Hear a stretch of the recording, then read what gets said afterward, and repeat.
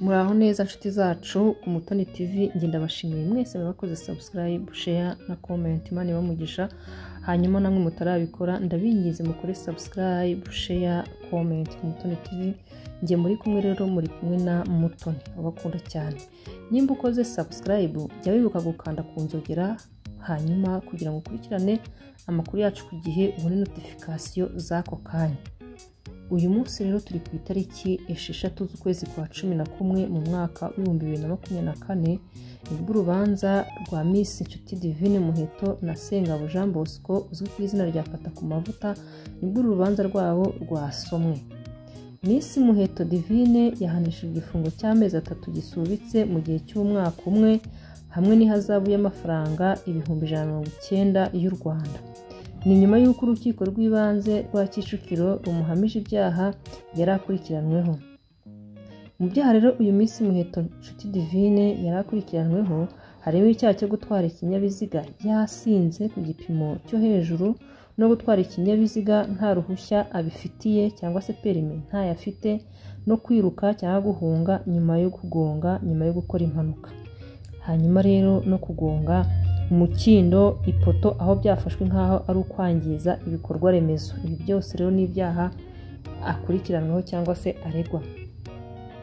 Amakuru ya Muheto Divine yasakaye ku rwego rwo hejuru, aho benshi batangaye babifata nkaho ari ibintu bidasanzwe kubona mu Miss w'igihugu asinda, noneho agatwara n'ikinyabiziga yanyoye nta n'uruhushya rwo gutwara afite.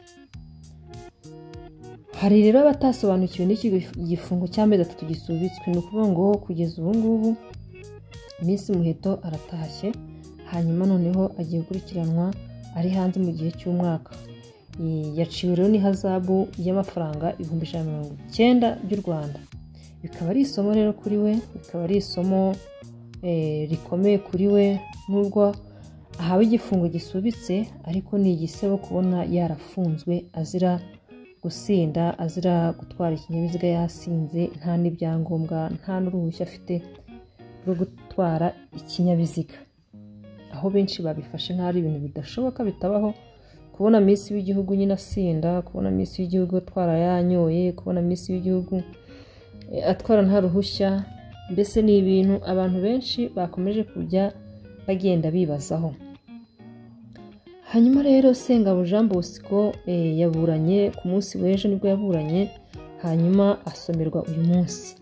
Akaba yakatiwe gufungwa iminsi 30 y'agateganyo kubera ko arimo gukurikiranwaho ibyaha bikomeye cyane bishobora kumuviramo gufungwa igihe kirekire kitari munsi y'imyaka 2.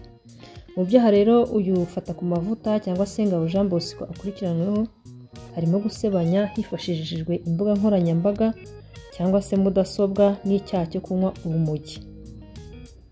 Uyu munsi rero saa 5 hasohotse ubutumwa bwa DBN yavugaga ko yababariye Sengabo Jean Bosco uzwi ku izina rya Fata ku Mavuta. Murabizi neza ko abantu benshi bagiye bakomeza bakavuga bati DBN ashobora kuba ari wafungishije Fata ku Mavuta bitewe na rocket yabashiragaho we n'aba Meddy, ariko DBN yavuze ko yababariye Fata ku Mavuta. Mu butumwa bwe rero yabashije gutanga, DBN yagize ati: amagambo yamvuzeho yarambabaje cyane, yanteye ibikomere ku mutima ndetse mwimbere cyane, byaranshenguye. Atariko nyuma y'ibi byose urukundo no kubabarira iteka biratsinda. Ni ukuvuga ngo yavuze ko urukundo no kubabarira iteka bigira gute, biraganza. Rero ati ngiye rero namubabariye rwose. Benshi bakekaga bavuga bati Fata ku Mavuta yafungishijwe na DBN, Fata ku Mavuta yagiriweyo na DBN. Amagambo yari menshi, none DBN rero yasubije. Ahangaha yasubije ku butumwa bwe hari mu masaa 5. DBN yagize ati nyine yabivuze, aravuga ati ngiyewe amagambo Fata ku Mavuta yamvuzeho yanteye ibikomere cyane, yarambabaje ndetse cyane, mu mutima narakomeretse mwimbere cyane. Ati ariko nyuma y'ibi byose uko byagenda kose uko yaba yaravuze ibingana iki byose, ati urukundo no kubabarira iteka biratsinda. Ati rero njyewe rwose fata ku mavuta naramubabariye. Murabyumva? Izi mbabazi rero yazimuhaye ku mugaragaro. Ntabwo yagiye mu ruhame ngo yiherere ngo abivuge wenyine, ni ubutumwa. Ibi bikaba byabera abandi urugero, ariko nanone kuba yamubabariye n'ubundi afunzwe se, yamubabariye izihe mbabazi kandi n'ubundi atamufunguje?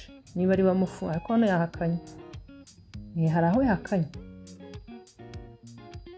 Izi mbabazi rero yazimuhaye ku mugaragaro, maze bamwe mu bafana umwe mu bafana nyine yamusabye, aramubwira ati watorerwa kugura ikirego mu rukiko. Ko urumva ko niba yarahaye fata ku mavuta imbabazi, mu bamwe mu bafana yamubwiye ati none se nimba umubabariye by'ukuri, ukaba umubabariye, wakuye ikirego cyafata ku mavuta mu rukiko. Hanyuma ibi rero The Ben yabisamiye hejuru, aravuga ati ibyo ngibyo rwose mbyamaganiye kure, njyewe ntabwo ari njye watanze ikirego cyafata ku mavuta kugira ngo bamute muri yombi. Mwisanga harimo urujijo. Nose niba atari watanze ikirego kugira ngo bamufate bamute muri yombi, izo mbabazi ari kuvuga yamuhaye n'iziki niba atari we watanze ikirego? Hari mu rujijo guys. Nimba The Ben koko atari muri bamwe bashobora kuba baratanze ikirego kuri fata ku mavuta, izo mbabazi yamuhaye n'iziki? Ninde wari uzimusabye? Byagenze bite? Byari bimeze bite? Ese niba yazimuhaye akaba akomeje gukurikiranwa, byo bishatse kuvuga iki? Niba The Ben yavuze ati amagambo yamvuzeho yose, ibintu byose byarambabaje ku mutima, amagambo akomeye ndetse akakaye yamvuzeho byarambaje ndetse byarankomerekeje ku mutima, atari ko nyuma y'ibyo byose urukundo no kubabarira iteka biratsinda biraganza, ati naramubabariye. Hanyuma umufana aramubwira ati rero niba koko umubabariye kure ikirego mu rukiko.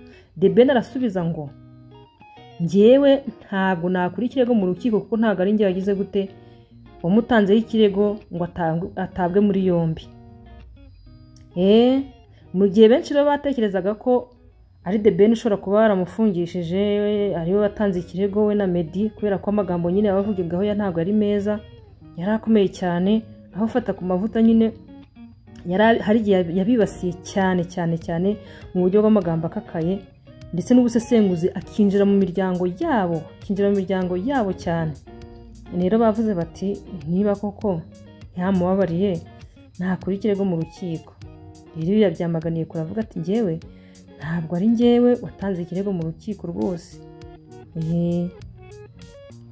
Aho rero benshi bavugaga bati rero rwose wamubabarira niba umubabarira ukamufungura, kuko batekerezaga ko ari watanze ikirego mu by'ukuri.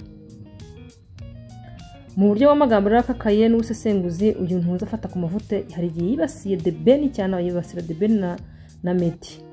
Benshi bati iri ni isomo kuri fata ku mavuta. Bati nubwo akatiwe akaba agiyeyo, ati nagenda ajye kwiga. Ni comment nyinshi rero z'abantu nuko zimeze.